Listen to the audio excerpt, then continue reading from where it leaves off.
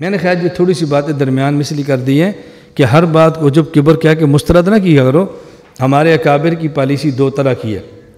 ہمارے بعض اکابر کی خواہش ہوتی ہے کہ بھئی احوال ہمارے مناسب نہیں، جب مر جائیں گے تو چھپ جائیں، اور بعض کی ہوتی ہے کہ زندگی میں بتا دو تاکہ لوگوں کے لیے استفادہ کرنا آسان، بس زندگی بتا دیتے ہیں اور میں زندگی میں اس کا تذکرہ کر دیتا تاکہ الجھن نہ ہو.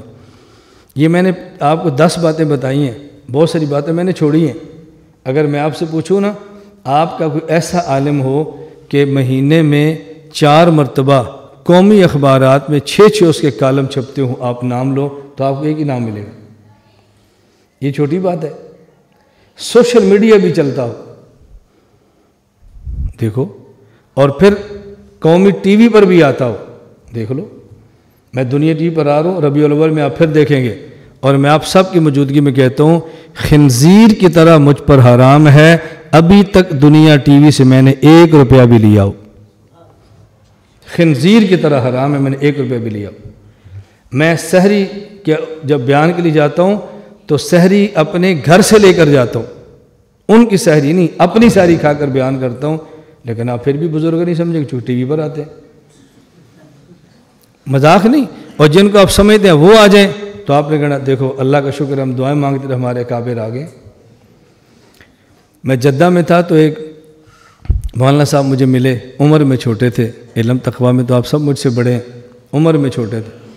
مجھے کہتے ہیں ہم بہت الجھن کا شکار ہیں، ہم کام کرنا چاہتے ہیں، ہمارے بڑے ہمارا ساتھ نہیں دیتے.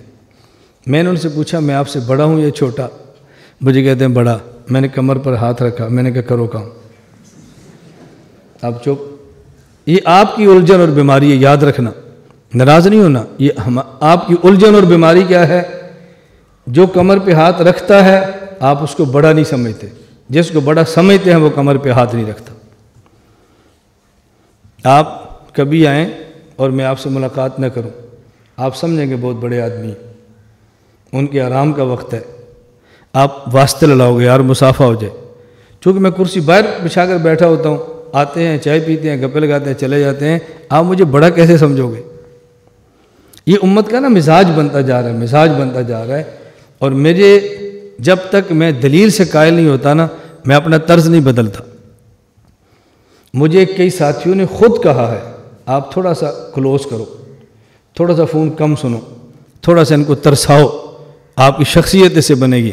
میں نے کہا میری الجھن کیا ہے؟ میری الجھن یہ ہے ابھی تک میرے علم میں ایسے افراد نہیں کہ رسول اکرم صلی اللہ علیہ وسلم جو پوری کائنات کے نبی، 9 بیویوں کے بیاق وقت شوہر، مفتی، قاضی، خطیب، معلم، مربی، نبی الانبیاء، بیک وقت 9 گھر والے، ان کے پاس کوئی شخص آیا ہو اور مدینہ سے یہ کہہ کر واپس چلا گیا ہو میری حسرت رہ گئی میں حضور سے مل نہیں سکا. جب تک مجھے یہ مثال نہیں ملتی نا تب تک طرز عمل نہیں بدلے گا. جب مل جائے گی تو پھر ہم بھی کہیں گے بھی سنت ہے، نہ مسافے کرو. یہ طرز نبوت ہے، یاد رکھنا یہ طرز نبوت ہے. اور حضرت عبداللہ بن مسعود صحابہ کے بارے میں فرماتے تھے کان اعمقہم علما واقلہم تکلفا. صحابہ کا مزاج یہ تھا، علم بہت گہرا ہوتا تھا، مزاج کے بے تکلف ہوتے تھے. جب ان سے کو ملتا تو شخصیت محسوس نہیں ہوتی، اور جب کسی کا واسطہ پڑتا نا تو پھر پتہ چلتا ہے بندے کون ہے. خالد بن ولید رضی اللہ تعالیٰ عنہ ایران کے بارڈر پر ہیں، اور جرنیل مخالف آپ سے پوچھتا ہے خالد یہ جو تمہارے پاس فوج ہے ان کو لے کر لڑنے کے لیے آئے ہو، مدینہ سے کمک آئے گی؟ مدینہ سے افراد آئیں گے؟ مرکز سے اسلحہ پہنچے گا؟ کہا نہیں. کہا اس فوج کو ساتھ لے کر کیسے لڑو گے؟ حضرت خالد نے فرمایا مدینہ سے کمک نہیں آئے گی، آسمان سے کمک اترتی میں اپنی آنکھوں سے دیکھ رہا ہوں. تم میدان سجاؤ تمہیں سمجھ آئے گی کمک کیا ہوتی. پھر سوال کیا یہ جو تلواریں ہیں تم ان سے لڑو گے، ان تلواروں سے؟ حضرت خالد نے فرمایا ان تلواروں سے نہیں، ان بازو سے لڑیں گے. جنگ تلواروں نہیں بازوں سے ہوتی ہے. تو جب تک میدان جنگ میں نہیں ہے حضرت خالد کے ساتھ گپیں لگ رہی ہیں، اور جب آنکھ میں آنکھ ڈالی نا تو سمجھ آ گئی واسطہ کیسے پڑا ہے. یہ نبوت کے شاگردوں کا معاملہ ہے. مزاج میں بے تکلفی پیدا کرو، مزاج میں الجھنیں پیدا نہ کرو. اب دیکھیں میں آپ کے ساتھ گھوم رہا ہوں، میری شان میں فرق پڑ رہا ہے، میں لنگر پہ کھڑا ہوں کو فرق پڑ رہا ہے، نظام ٹھیک ہی ہو رہا ہے نا، اس سے کیا فرق پڑتا ہے؟ لیکن چونکہ ہمارا ایک ماحول بن گیا، نہ بھی نہ پیچھے ہٹ جاؤ، ابھی آرام کا وقت ہے، نہ ابھی نہیں بات کرنی، ابھی خاموش خاموش خاموش۔ اب چونکہ آپ مسلسل یہ ماحول دیکھتے ہیں، یہاں کا یہ ماحول ملتا نہیں، آپ بڑا سمجھتے نہیں ہیں۔ بڑا یہ تھوڑا ہی ہوتا ہے، میں اپنی بڑائی پہ دلائل نہیں دے رہا، میں آپ کو عرض کر رہا ہوں کہ آپ اپنے علاقوں میں ایسے جیو جیسے ہمیں دیکھ رہے ہو۔